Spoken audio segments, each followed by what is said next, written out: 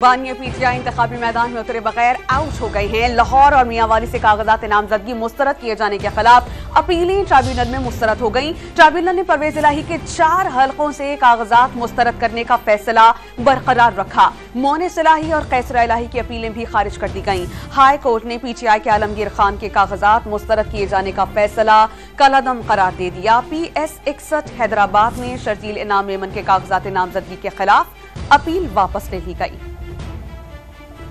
Election tribunal में उम्मीदवारों के कागजात नामजदगी से मुतालिक अपीलों का वक्त खत्म। बड़े बड़े सियासी खिलाड़ियों के इंतखाबी मैदान तय। अहम सियासी हैवीवेट्स भी दंगल से आउट हो गए। बानी पीटीआई को NA 122 लाहौर से इलेक्शन में हिस्सा लेने की इजाजत न मिल सकी। Appeal tribunal Lahore high court ने कागजात मुस्तरद करने के खिलाफ अपील मुस्तरद कर दी। हल्का NA 89 मियांवाली से भी बानी पीटीआई को इलेक्शन लड़ने के लिए नाअहल करार दे दिया गया।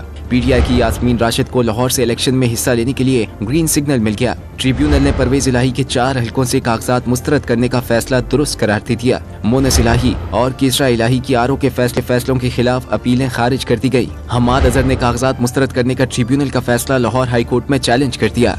PS 61 हैदराबाद से पीपल्स पार्टी रहनुमा शर्जील मेमन के खिलाफ अपील वापस ले ली गई। सिंध हाई कोर्ट ने पीटीआई के खुर्रम शेर समान, ओआब अलवी, मुजम्मिल असलम को इलेक्शन लड़ने की इजाजत दे दी। शांगला से अब्दुल मेनम और लाहौर से आजम खान न्याजी को इलेक्शन लड़ने के लिए ग्रीन सिग्नल मिल गया।